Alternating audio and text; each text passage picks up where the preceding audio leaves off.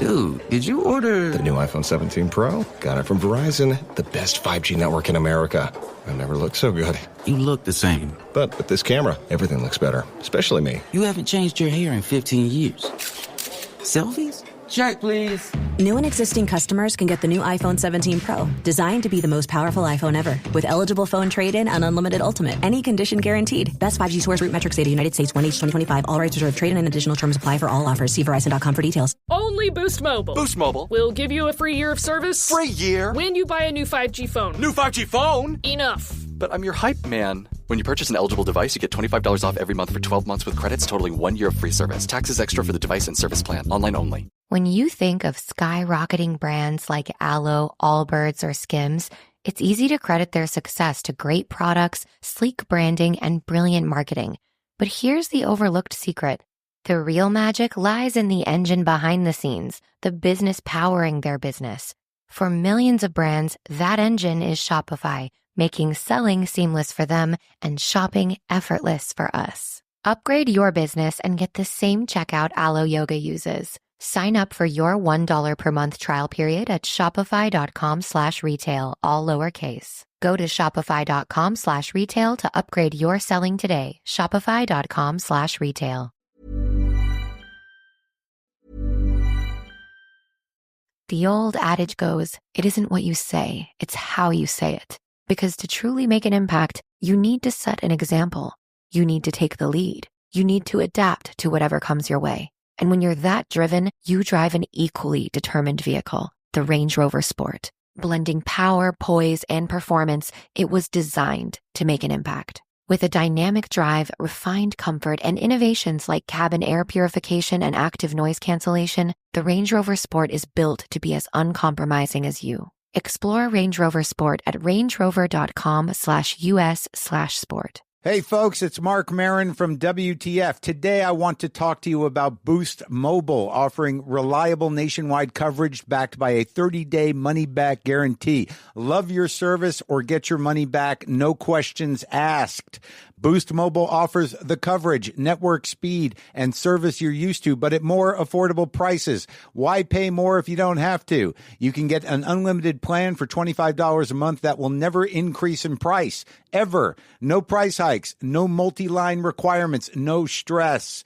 Visit your nearest Boost Mobile store or find them online at boostmobile.com. After 30 gigabytes, customers may experience slower speeds. Customers will pay $25 per month as long as they remain active on the Boost Unlimited plan.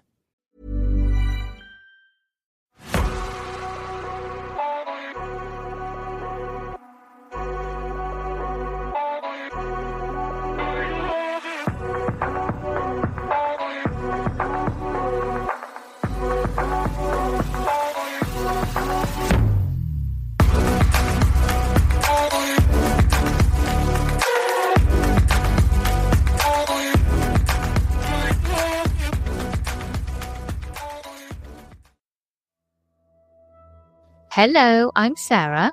And I'm Toby. And welcome to the Whispering Woods Haunted episode as part of Season of the Witch. In this episode, we are going to... Ghana Witch Camp. Yes. Now, I wanted to include this story because I personally find it so interesting. I'm not sure how interesting young ones will find it, but you'll know what I mean when we get into it. And let's do that now. Are you ready for the story? Yes, I am. High on the arid savanna of northern Ghana lies a settlement that outsiders rarely visit. Round mud and thatch huts cluster on the outskirts of Gambaga town, their walls cracked by decades of sun and rain. In the fading light of dusk, an elderly woman sits outside one crumbling hut, hands folded in her lap. She's been there for over 40 years, an exile accused of witchcraft, cast out from her home village. Her story is one of many. This place is the Gambaga Witch Camp, a refuge born of fear, where women blamed for misfortune find safety from violence, even as they remain haunted by stigma and sorrow. Across northern Ghana, hundreds of women live in such exile, condemned as witches and banished from their communities. These so-called witch camps are both sanctuary and prison, isolated villages where accused witches seek protection from lynch mobs, but where they must live out their days in bleak conditions and social isolation. There are no walls or barbed wire, yet few dare to leave. Many believe that if they returned home, they would be killed or cursed with illness and misfortune. In Gambaga, as in other camps, survival means living on the margins, protected by tradition, but forever separated from the world they knew. The Gambaga camp's origin is rooted in a mix of compassion and superstition. Oral history traces it back over a century. Toward the late 1800s, an Islamic cleric named Imam Baba served in Gambaga. One day, while travelling near the powerful chieftaincy of Nelrigu, Imam Baba encountered a desperate woman named Idisa, who was being led to her execution for alleged witchcraft. Seeing her terror, the Imam intervened. He approached the local chief who had ordered her death and recited verses from the Quran, pleading for clemency. Moved, the chief relented and allowed Imam Baba to take the accused woman into sanctuary at the Gambaga mosque. Word spread quickly.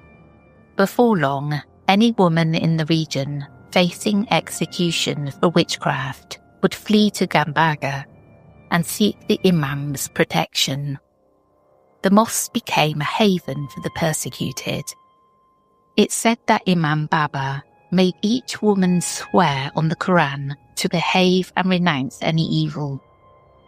And locals believed that if she broke this oath, divine justice would strike her down. As the numbers grew, the community and the paramount chief of Gambaga established a dedicated witches' camp on the outskirts of town to house the influx.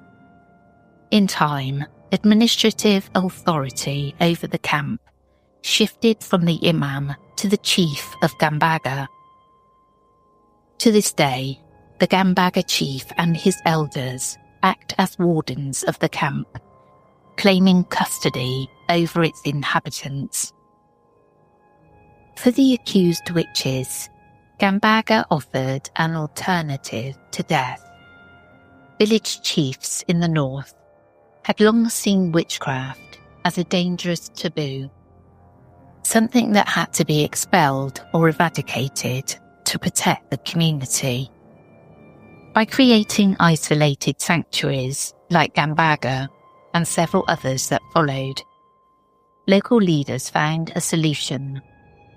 Women believed to harbour dark powers could be sent away rather than lynched. The camp originated as a haven from violence, a place of exile where a woman would live if her own village wanted her blood. Gambaga, founded in the late 19th century by Imam Baba's Act of Mercy, is the oldest and most famous of Ghana's witch camps. More than 100 years later, it remains a refuge built on fear, sustained by tradition. To understand the camp, you must understand the witchcraft beliefs that put women there.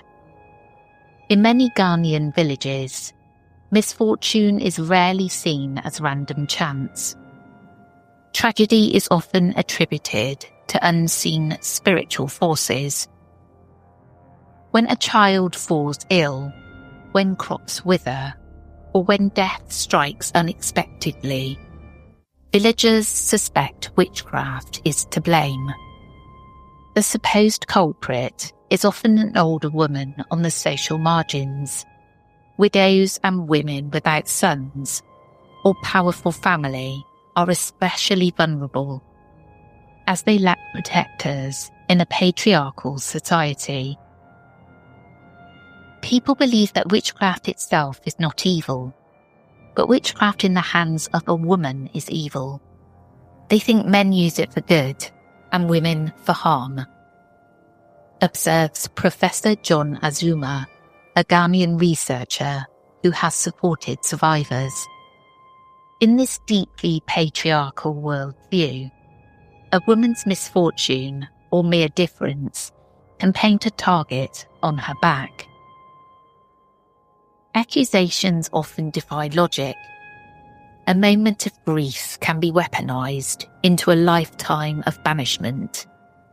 Common triggers for witchcraft allegations include the illness or death of a child. Someone must have cast an evil spell. A failed harvest or economic hardship in the community. Personal disputes or jealousy, such as quarrels over land, inheritance, or family rivalries. A disturbing dream. It's not unusual for a villager to accuse someone after dreaming of them as a witch. Women who are too outspoken or different. As one BBC report noted, outspoken or eccentric women may also be branded as witches in Ghana. At a Gambaga camp, a woman named Kalogo Tindana recounted how her husband's other wife woke from a dream and claimed that she had seen Kalogo attacking her in the dream. She saw me in her dream. I was chasing to kill her, Kalogo says. By morning, the entire community was convinced. They labelled me as a witch and attempted to kill me. In another case, an elderly widow's own son beat her brutally after blaming her for his failures in life. He believed his mother had cursed him, the reason he was struggling. In scenes like these, anger and fear quickly turn to violence. Mobs may form to lynch the accused with machetes, stones, or fire. Sometimes they beat the person to the extent of lynching.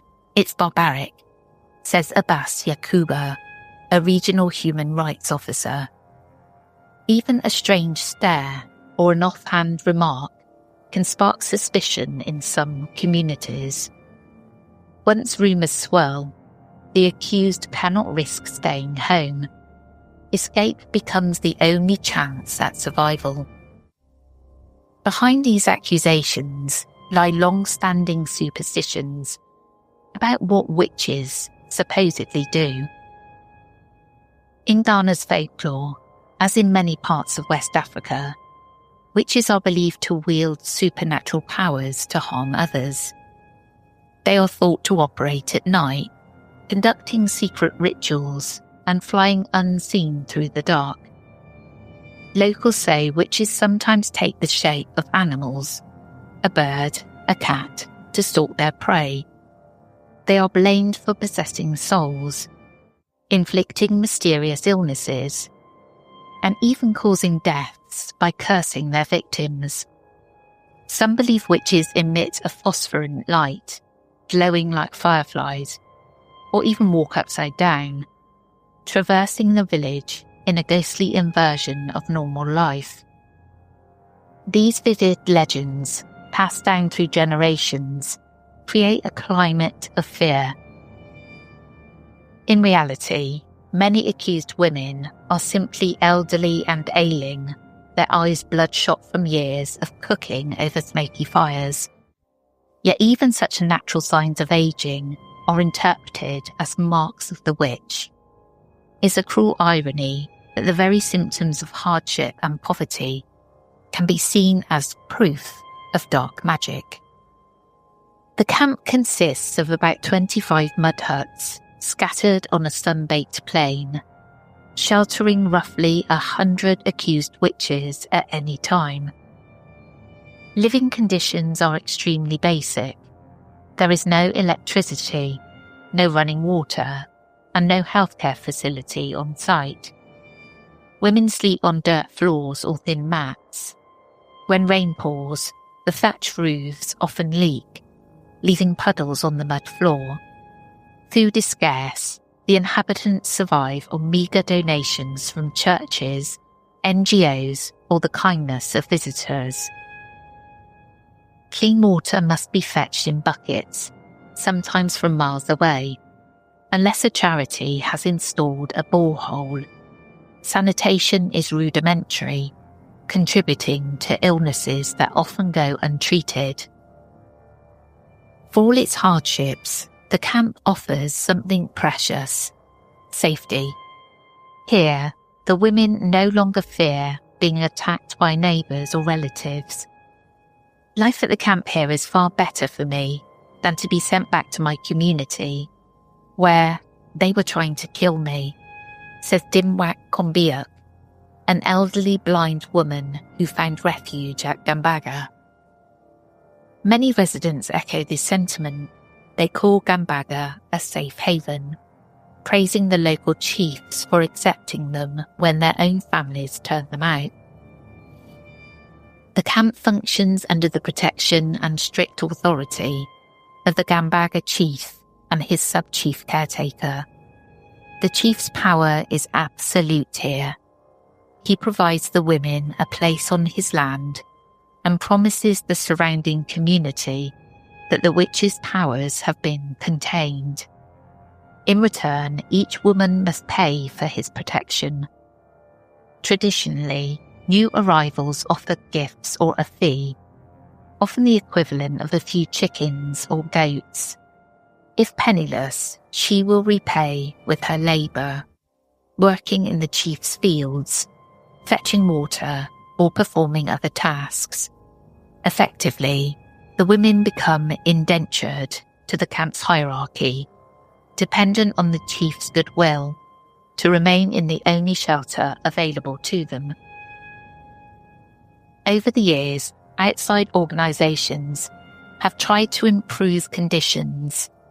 The Presbyterian Church of Ghana has a long-running project here, supporting the women with food, medical visits, and even efforts at reintegration.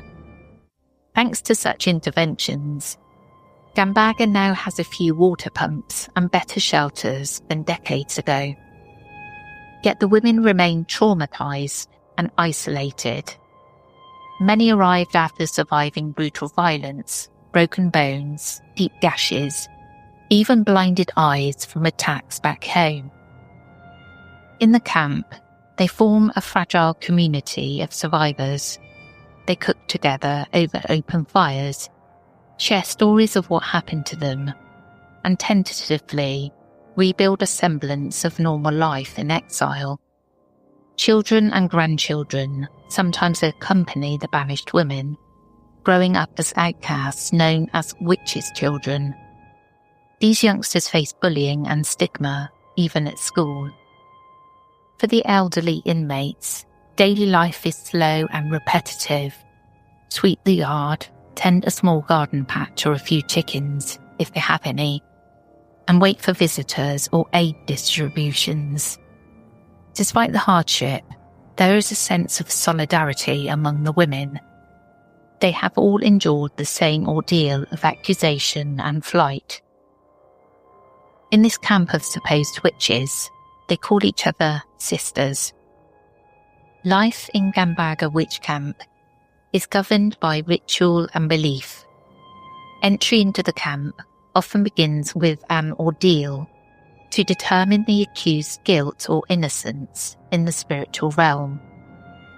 A local diviner or priest performs a ceremony known colloquially as the chicken test. The practice is simple, but steeped in superstition. A chicken's throat is slit over a shrine, and the dying fowl is cast into the air. If the chicken falls on its back, with its wings facing the sky, the woman is deemed innocent. If it lands on its front, breast down, she is declared a witch. In nearly all cases at Gambaga, the outcome confirms the community's suspicions. Whether by design or chance, the omen shows the woman to be a confirmed witch. Once branded as a witch by the ritual, the woman undergoes a cleansing process. At some camps, this involves drinking a special concoction made with the blood of a sacrificed chicken, believed to nullify the witch's power.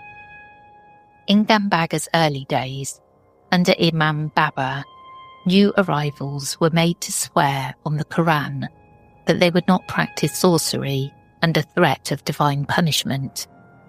Today, under the traditional chief, the cleansing is done by local spiritual intermediaries. The camp's ground itself is thought to be purified land, a place where witches become spiritually impotent. It's a tradition that these sisters should live here, explains one shrine priest in a similar camp. Their powers can do no harm on this land. In other words, the very soil of Gambaga is believed to strip witches of their black magic. This local law reassures neighbouring villagers that the women in the camp pose no threat, as long as they remain there. Inside the camp, the accused often eventually accept the label of witch, whether they truly believe it or not. Some confess under duress, simply to end the torture back home. Others suffering mental illnesses that went misunderstood internalise the accusations. It's not uncommon for a resident to say she does have witchy powers, but they have been destroyed or contained by the camp's gods. These confessions and narratives add to the eerie atmosphere. There are reports of women who describe attending midnight gatherings of witches in spirit form, or who claim they unintentionally caused harm through curses, often reflecting the stories they were forced to admit during violent interrogations. One long-time inmate, Magachia Sidiou, was even celebrated in local media as the most infamous witch, after she allegedly admitted to cursing a child who later died. Observers suspect she was mentally unstable and parroting what was expected of her. Such testimonies, though dubious, feed into the law that hangs over Gambaga. Even leaving the camp is surrounded by ritual. If a woman's family ever wishes to bring her home, they must petition the chief and perform yet another chicken ceremony to prove she is cleansed of witchcraft. Only with the chief's blessing, and often after paying all outstanding fees, can an inmate depart. Before release, women may be required to drink the final potion prepared by the chief's shrine to ensure that she will not dabble in witchcraft again. Then, in a formal rite, the chief declares the woman free of all curses. Despite this, the outside world may not fully accept a returning woman. In many documented cases, villagers impose strict rules on any former camp inmate who comes home. She might be placed under virtual house arrest, banned from cooking for others for fear she'll poison food, or monitored closely by elders. The stain of witchcraft is not easily washed away, even by elaborate rituals. As one Presbyterian worker put it, the belief in witchcraft is so entrenched that nobody dies naturally in these communities. Every misfortune is attributed to a spiritual cause, and thus suspicion can easily return.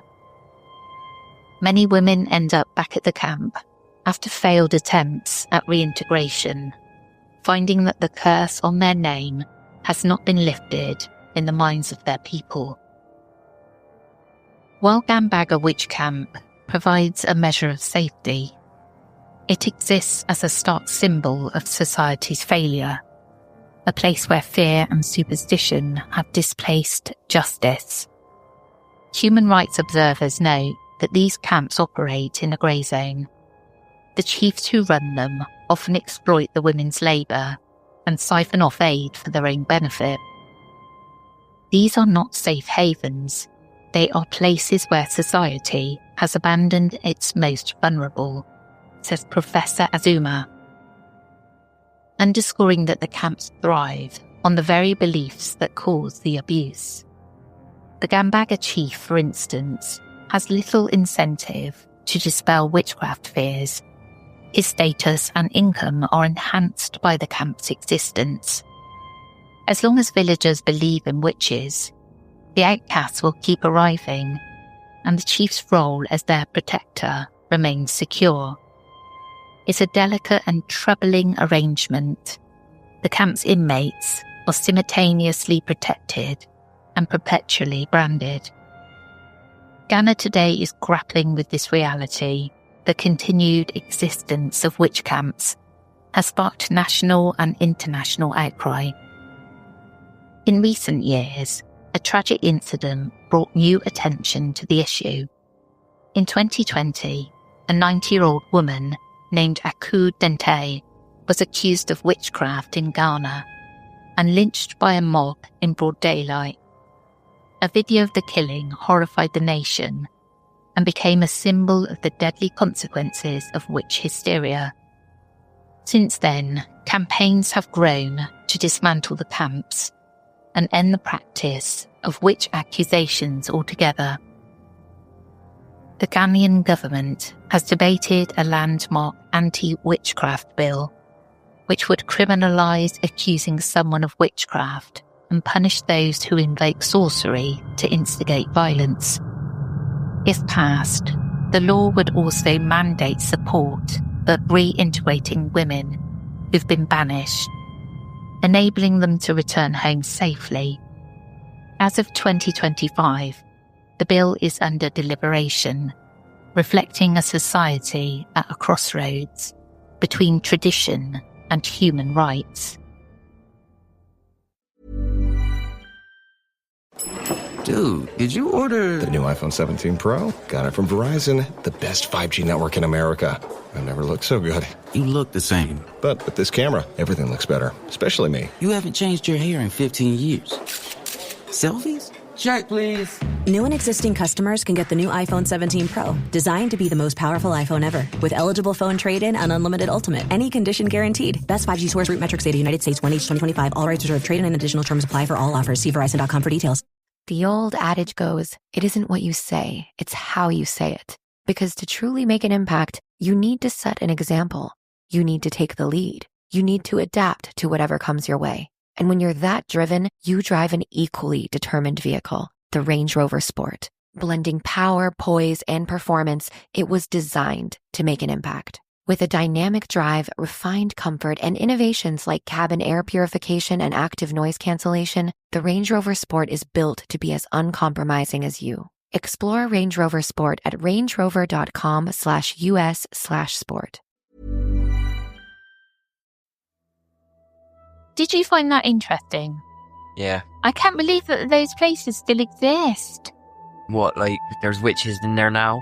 Yeah, they're still there. They're still around. It just seems completely alien to us because we are from the Western society and we kind of eradicated that stuff a long time ago. It just seems really alien to me and awfully sad. Imagine that, because I would be in one of those camps by now because I'm getting on a bit. I'd have been like, yeah, you're a witch now. Go on, you're eating too much. You're costing the family too much. Off your pop. I think they still got them because it's like black magic around there, innit? Well, yeah, but it's also all about patriarchy and control of women, and anybody outspoken was seen as the threat, and that's how you silence them, you know? Yeah. I hope everybody else found that interesting, even though I know it wasn't particularly paranormal, but scary in so many ways. But that's the end of this episode. Hope you enjoyed and we'll catch up with you again soon. We will indeed. We will catch you again tomorrow. Take care, everyone. Goodbye.